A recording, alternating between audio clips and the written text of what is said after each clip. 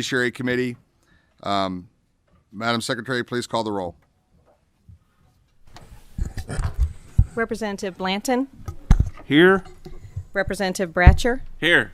Representative Cantrell. Here. Representative Elliott. Here. Representative Fisher. Here. Representative Heverin. Here. Representative Decker. Here. Representative Kulkarni. Here. Thank you. Representative Lewis. Here. Representative Maddox. Here. Representative McCoy. Here. Thank you. Representative Minter. Here. Representative Mosier. Here. Representative Nemus. Here. Representative Petrie. Here. Representative Stevenson. Here. Representative Banta. Here. Chairman Massey. Here. We have a quorum.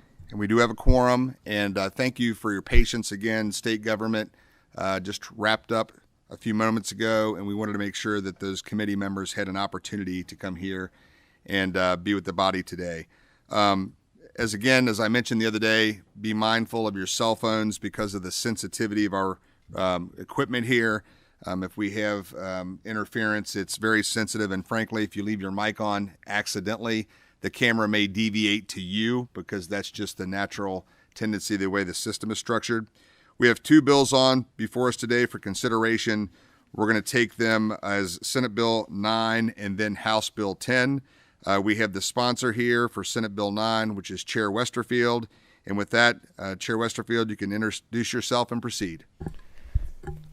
Mr. Chairman and members, thank you. I appreciate it, and I appreciate you accommodating the schedule and letting me to go first on Senate Bill 9. Members, particularly members that were on the Judiciary Committee last year and the year before, you're familiar with this bill. It is the same bill that you saw last spring. Just the same. All right, we have a motion on the bill in a second, but we do have somebody that I believe is here to speak via Zoom, if that's correct. Is that here?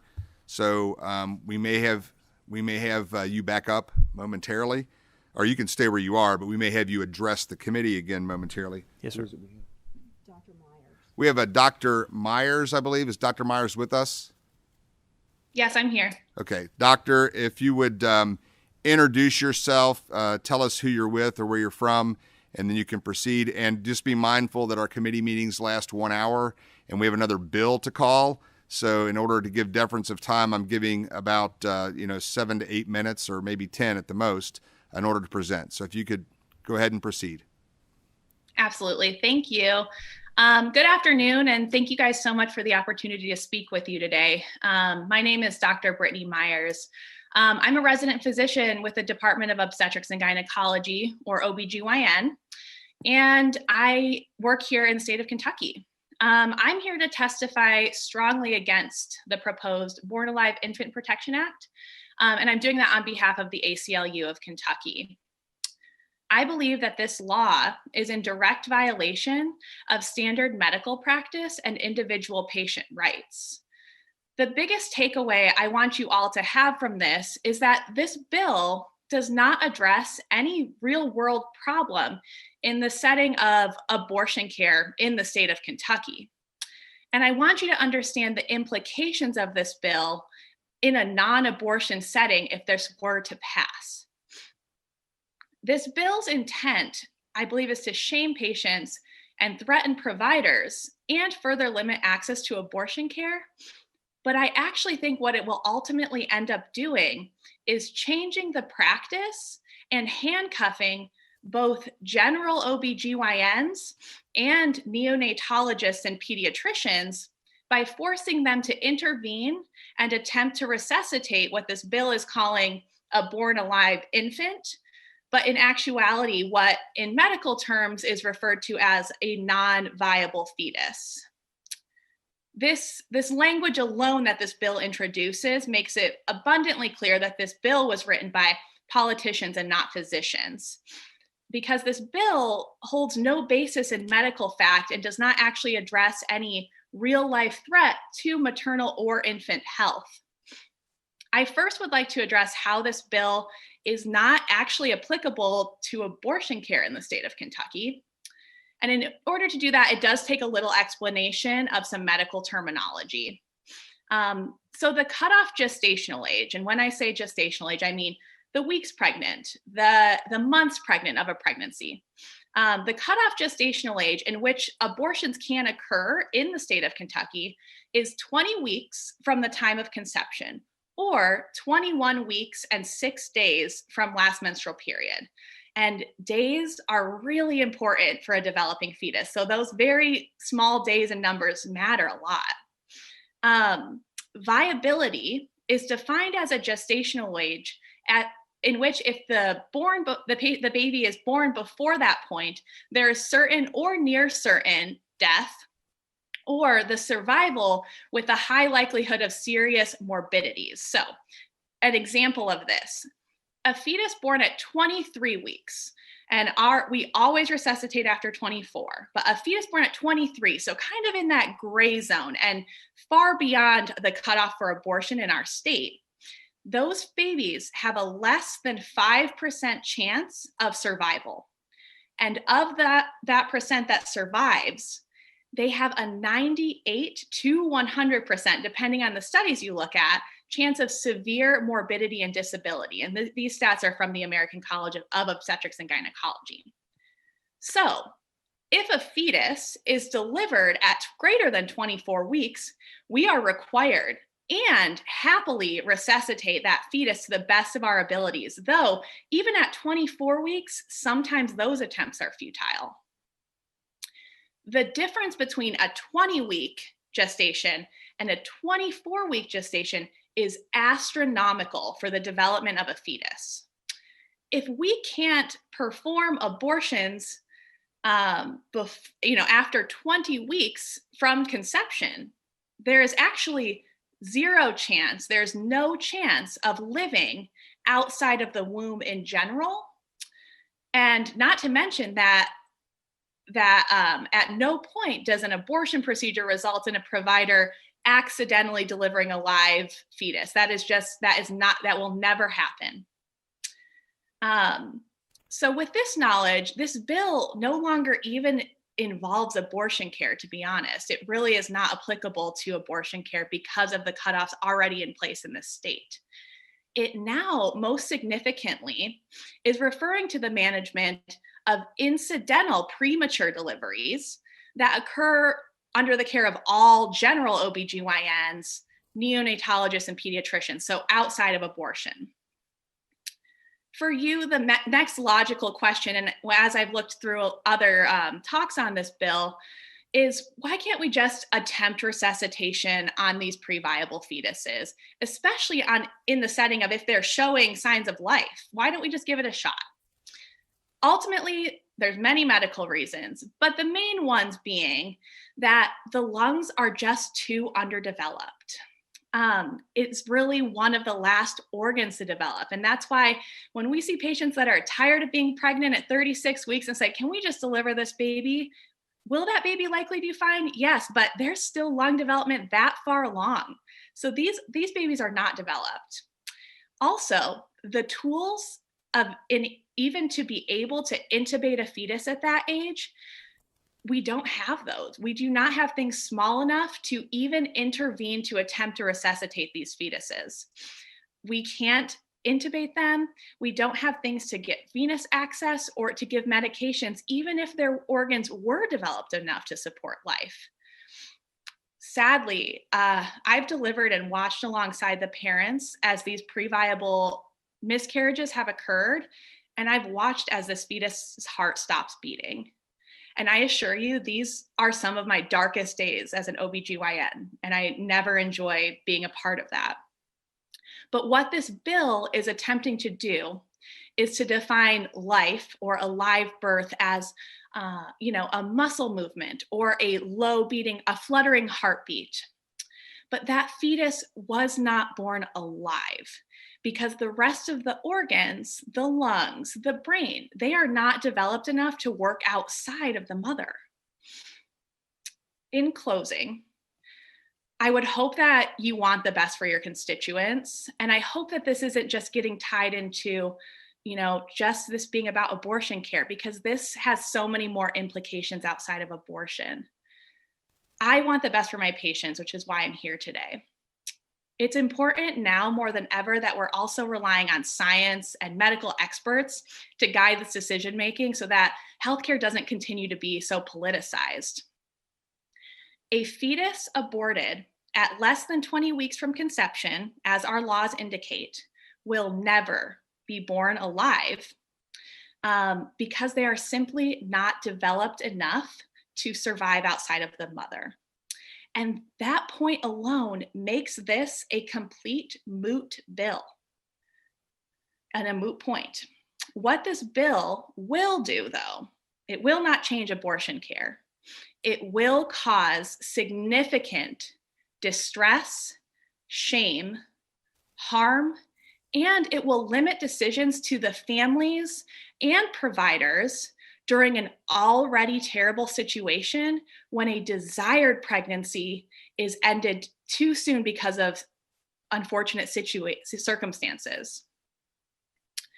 I do not want to see these already grieving families have to watch the torture and futile attempts at resuscitation of a fetus not compatible with life outside of the mother, when this could have been that family's only chance to hold and comfort their child before it passes. I urge you to vote no on this bill. Thank you for your time. Thank you very much, Dr. Meyer. With this, I don't know if Mr. or Chair Westerfield would like to respond, or if we just want to proceed with any discussion or questions. But Chair, would you like to respond? Chairman, to be honest, with all due respect to Dr. Myers, there's so much of what she said that I find offensive and frustrating because she and I just don't see life the same way. It's really hard for me to understand it.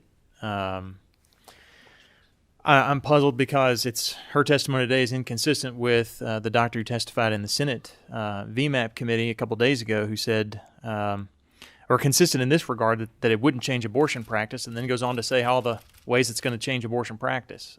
So I'm not clear about that, and I don't agree with the premise, the idea that these aren't lives that need to be guaranteed an opportunity to live, and doing things based on the odds. That bothers me.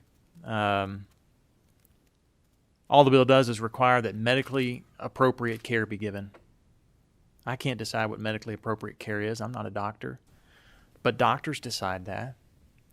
And we're not changing what their standard of practice is or care. We just say you can't do, and again, and you all have heard me, the members that have been on the committee have heard me say this before. The reason this bill came up was because of the grotesque comments made by Governor Ralph Northam in Virginia now going on 2 years ago on a radio show that to date, to my knowledge, he has not recanted or taken back, talking about what would happen if a child was born alive, and he was referring to a failed abortion attempt, if memory serves correctly. And this bill's not limited just to that, not just to that circumstance, but he was saying that and said, and I'm paraphrasing, the child would be set aside and made comfortable while a decision was made. A conversation ensued. Well, that's a terribly grotesque thing that he's had a chance to take back and he hasn't. I found out after that Kentucky was one of the states that didn't have a protection on the books that specifically, or a requirement specific to this issue, requiring care. And Dr. Meyer says that this isn't a problem. It is a problem. I don't think it's a widespread, happens hundreds and thousands of times a day. But I've heard from a gentleman who's in the central Kentucky area. He and I have communicated for the last 2 years. He's followed it. In what I think is Section 13 of the bill in front of you. It's not only known as the Born Alive Infant Protection Act, it's known as the Avacen Act, or the Avacen Act, which is the long name for Ava. Ava was a little girl, his daughter, born at 22 weeks and 4 days. And the hospital refused to give her care. And I don't know all the circumstances of it, but she was outside the 20 weeks, the gray period that Dr. Myers very aptly described, after the period that an abortion would have been allowed, but they still didn't provide care. And they're heartbroken over it. my friend Senator Schroeder has a friend who, and I got this wrong yesterday on the floor, but he's got a friend who's representing people against healthcare facilities that are facing and have faced that same situation. And I think if you were to ask right now and poll the different hospitals, not every hospital treats every child that's born the same, depending on how old they are. They've got different procedures or different rules about whether or not it's viable according to them, or whether or not they've given their staff the permission to go ahead and intubate and do whatever you do. I don't know. I've heard Ralph Alvarado say intubate. I've seen ER, so that's my limit of medical knowledge. But do all the things that doctors do. But if you go to this facility or that facility, their standards may be different. This is a problem that has happened in affected families. So I don't want anybody to think that we're just making this up. And the idea, even if I didn't know about any of these cases, because Kentucky doesn't have this law on the books, and we've got a sitting governor of a neighboring state who's willing to acknowledge that that's something they could do, that's enough for me to put it on the books. That's it. It's I didn't have a chance to say this. It is identical to the bill you voted on last year, but for the language that is now House Bill 2 that you all have debated at length already this year, that AG-specific language you all added to this bill last year. It is not in this bill this year. So that language isn't in here. I have nothing further, Mr. Chairman. Thank you, Chair Westerfield. We do have someone that is asked to address or comment or question, Representative Mosier. Yes, thank you, Mr. Chairman, and thank you, Senator, for bringing this this important piece of legislation. And Dr. Myers, thank you for your testimony. As a former neonatal nurse for about 18 years, I was also a flight nurse for neonatal transport. So I participated in many, many resuscitations. There's not always perfect certainty of gestational age, and I think just in the understanding of that, and that sometimes when infants are born, they show signs of life when you didn't expect them to. And so all this does is requires or requests that reasonable attempts are made to see if that infant has a possible, viable situation when you may have thought, because, maybe you got the gestational age wrong, that they weren't going to. So, I think that all we're asking for is, we're not asking for medical providers or practitioners to provide care that is impossible. I mean, if you can't get in a deep line because the veins are not available, I mean, that's a physiological situation that we can't control. So all we're asking for is reasonable attempts. Yes. Oh, well, it's awesome that you did that for so many years. Thank you. It's such a tough job being a neonatal nurse. Mm-hmm. We love working with them. And as you know, a lot of times the problem I have, and I completely understand and agree, and when that we are within question, and you know this, when we're within question of gestational age, we always have a neonatologist evaluate and see if that baby is farther along than we believe and if it could be resuscitated. I have never heard, and there's always rare situations, but I have never seen that in practice where they would say, we're pretty sure, we're not going to even try. That seems so barbaric to me. I can't even comprehend a world where that would occur. The times where I think it becomes difficult, as you've seen yourself, is, let's say there's an abruption or something, a car accident where we have a 21, 22 week, this definitely under the viability, great dating, and this baby is born. And we have a extensive, and you've surely had these extensive conversations with parents before this. And we say, do you want to hold your baby and have this be a palliative moment because of how dismal these chances of this baby surviving are? Or would you like us to attempt all resuscitative measures? And as you know, if that were to come out and look like a 25-weeker and we say, yes, we can do it, absolutely. There's always people there for the delivery. But what I don't want is this to become us attempting to resuscitate non-viable fetuses and losing that moment and that taking that decision making, that shared decision making from the providers and the families that will give them that peace when they're already dealing with this trauma, as you know. Or, as you know, if we make the decision to deliver a pre-viable fetus based on like fetal distress, that might even be considered doing a cesarean section on a mother, and so putting the mother at more risk on a baby that will not survive or likely won't survive. So those are the conversations that I don't want this bill to remove, and that patient provider counseling that is so important. And that's what I'm worried will happen. Dr. Myers, thank you for your comments. We do have a few more questions, and I have to be mindful we have another matter to call. So I had it on my list, and we weren't sure which one gave the signal, but either Representative Petrie or Blanton. Did either one of you have a... Okay. We also have Representative Kulkarni. Is she with us by Zoom? Yes, I'm remote. Yes. Okay. I was looking for you. Thank you, Chairman. I had a couple of questions for Dr. Myers. Can you elaborate a little bit? You had touched on it in response to Representative Mosier's question, that you already have a duty of care. You have an obligation to provide appropriate medical care in these situations. And you are talking about a situation where it's not possible. You are already obligated to provide a certain level. Can you elaborate on that a little bit? As was just brought up, this is in the ideal scenario that we know for sure how far along this baby is. If there ever becomes a time when we are unsure, every measure to evaluate for that baby's viability and ability to live outside of the mother at the time of delivery will occur by neonatologists, by doctors. Now, the discrepancy at different facilities, a lot of times I believe is because of the level of their NICU. Sometimes if you're in the middle of nowhere, Kentucky, there is not a NICU and they cannot even support a full, a barely premature baby, like a 36-weeker, and they will transfer. If we thought there was a chance, we obviously would transfer that patient and that fetus if there was a chance. When we have patients that we have very good dating on, we know for sure that they're in this pre-viable stage. So, definitely less than 23 weeks.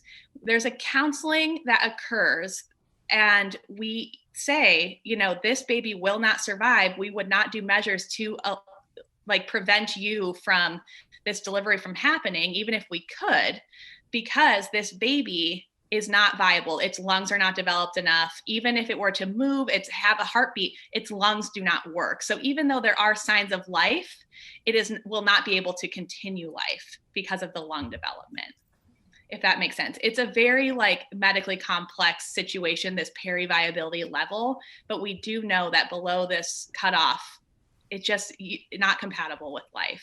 But if there's any question, we always, always, always attempt to resuscitate.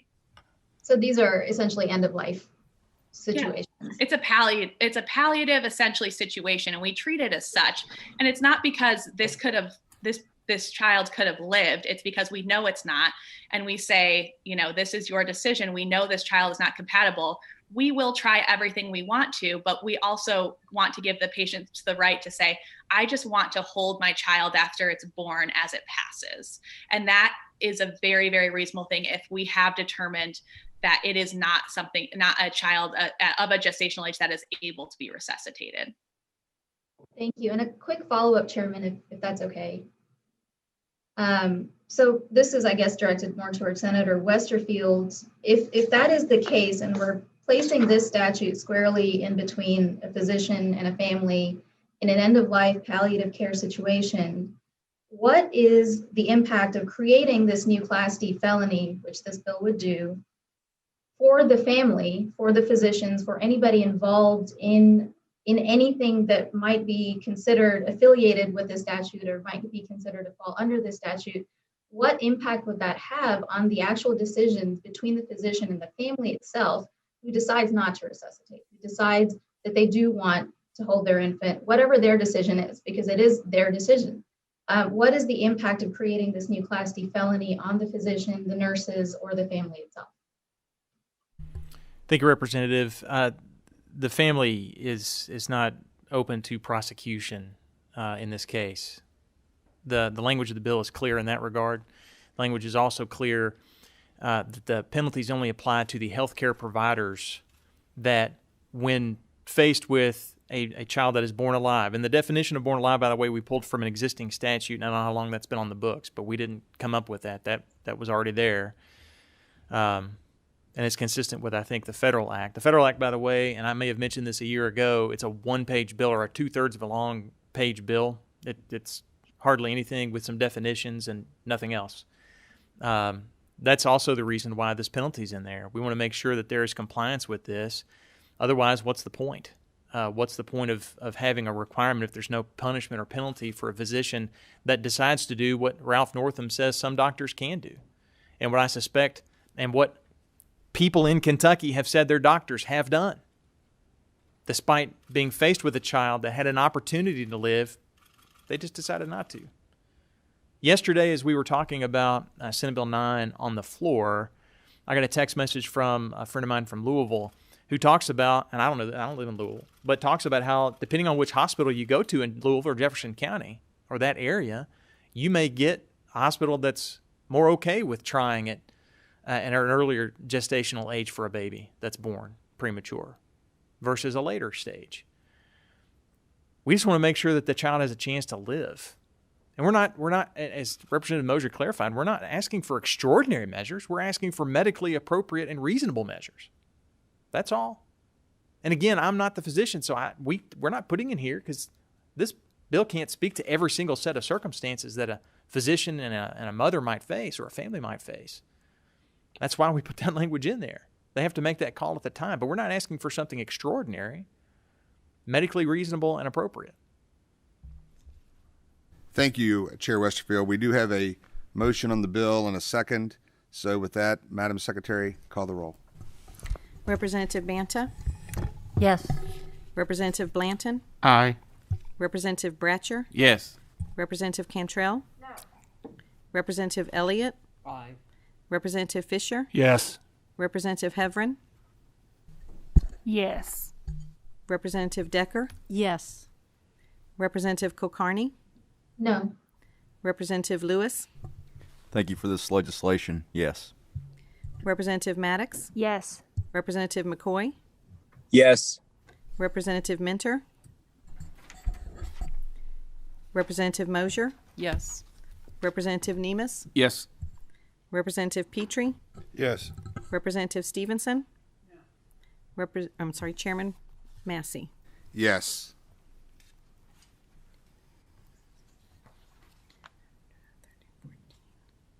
Fourteen to 3.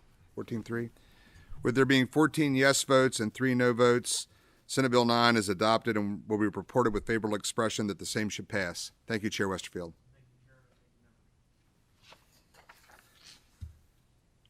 We will now move on to the next bill for consideration. Representative Sheldon, if you will approach. We appreciate you being here today for consideration of House Bill 10. There has been a committee sub, as I understand it, for some clarifications, and then we need to discuss another matter. But first of all, on that first committee sub, I need a motion on the sub. Okay, all in favor? Aye. Okay, that's approved. We also were presented this morning with another committee sub that deals with, it's just 2 lines, and the other sub, by the way, had been distributed to the committee prior to today's meeting. This substitute, has that been distributed yet? You said it has been distributed? Has been distributed. Just indicates that nothing in this section shall affect the right of any employee to receive benefits to which he or she would otherwise be entitled under KRS 342 or workers' comp. I believe that's already actually included or is from the language, not verbatim, but from the language that's in the bill. I don't think there was ever, this is related to COVID only, not necessarily any other matter that might proceed from that. With that, though, we do have a committee sub with respect to that. Okay. All in favor signify by saying aye. Aye. Okay. No? Any opposed? Okay. Then we'll proceed. Representative Sheldon, welcome. Please introduce yourself and then proceed with your discussion. I'm Representative Steve Sheldon, representing District 17. That's Warren and Butler County. I come today to discuss the limitation of liability concerning the COVID-19 pandemic, and this is specific towards the COVID-19 before anybody takes it any broader than that. Also declaring an emergency. It's an honor to be here to represent the business community, the schools, the local governments, and various other entities today. This bill addresses a real concern I hear amongst my peers in the business community as well as local leaders of having some additional civil liability protections in place. This is usually important as they are beginning to. This falls, they are beginning to move forward with opening our economy, and they don't need another barrier to have to fight themselves through. There's a lot of pain out there already. We don't need any frivolous lawsuits that may pop up due to COVID-19. So this gives them very similar, if you will, liability protections to what we put in Senate Bill 150. When we did Senate Bill 150, if you remember, we addressed medical personnel and then businesses that might retool themselves to make sanitizer and PPE equipment, and we allowed them to have these same protections. So all I'm doing is taking it and expanding those protections to the rest of the entities in Kentucky who deserve that. I will try to go ahead and just tell you it's divided up in a couple of sections. I'll give you a little bit more detail on both sections. And then I'll be glad to take some questions. It's not a real long bill, so we ought to be able to get through this. First, it creates 2 layers of protection I talked about, and it includes a lot of entities, and you'll find that in the first paragraph. I mentioned business owners, schools, local governments, individuals. And this is in the event that a COVID-19 related negligence litigation occurs. The first layer is the defense for these entities to use if a person alleges that they have contracted COVID-19 as a result of the entity's negligent conduct and want to sue for damages. The second layer of protection applies a presumption of reasonableness to whatever safety measures that entity had in place to protect the people on the premises or in their normal operation of business, so long as those measures conform to whatever the CDC guidelines are. And then finally, really the second section, it protects public school officials from liability for COVID-19 related decisions. It provides that a public school official's decision to open or close a school is discretionary for purposes of determining qualified immunity. They have qualified immunity now. This simply says if they make a decision concerning COVID-19 that it's considered a discretionary decision, not a ministerial decision, and the qualified immunity would kick in then.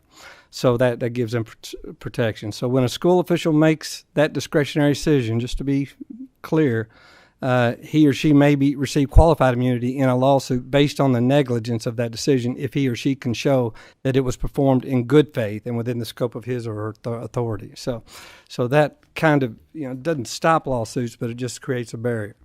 I think rather than go into a lot more detail, the bill is short. That really is what I've done. I've addressed all entities and including putting the section in about schools at the end. So I'd be glad to take any questions. Thank you.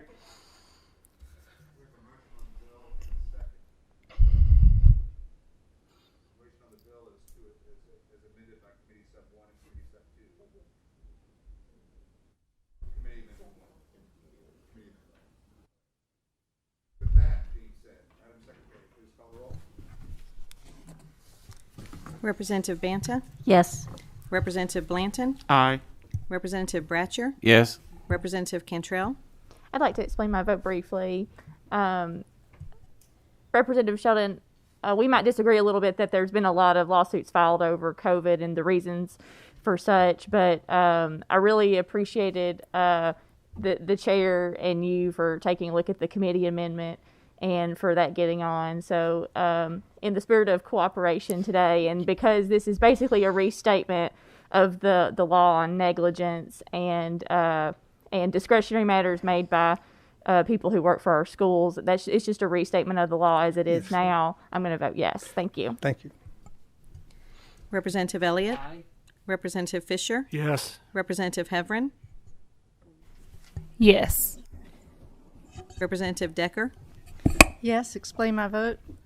I never like to see litigation banned. I think litigation is a means of redress, and I like to keep courts open. But this is providing a defense and a rebuttable presumption, and I think that's a fair thing to do in this pandemic. Thank you for the legislation. Thanks for bringing And that I vote out. yes. Thank you. Representative Kulkarni? Yes. Thank you. Representative Lewis? Yes. Representative Maddox? Yes. Representative McCoy? Yes. Thank you. Representative Minter? Yes. Representative Mosier? Yes. Representative Nemus? Yes. Representative Petrie? Yes. Representative Stevenson? And Chairman Massey.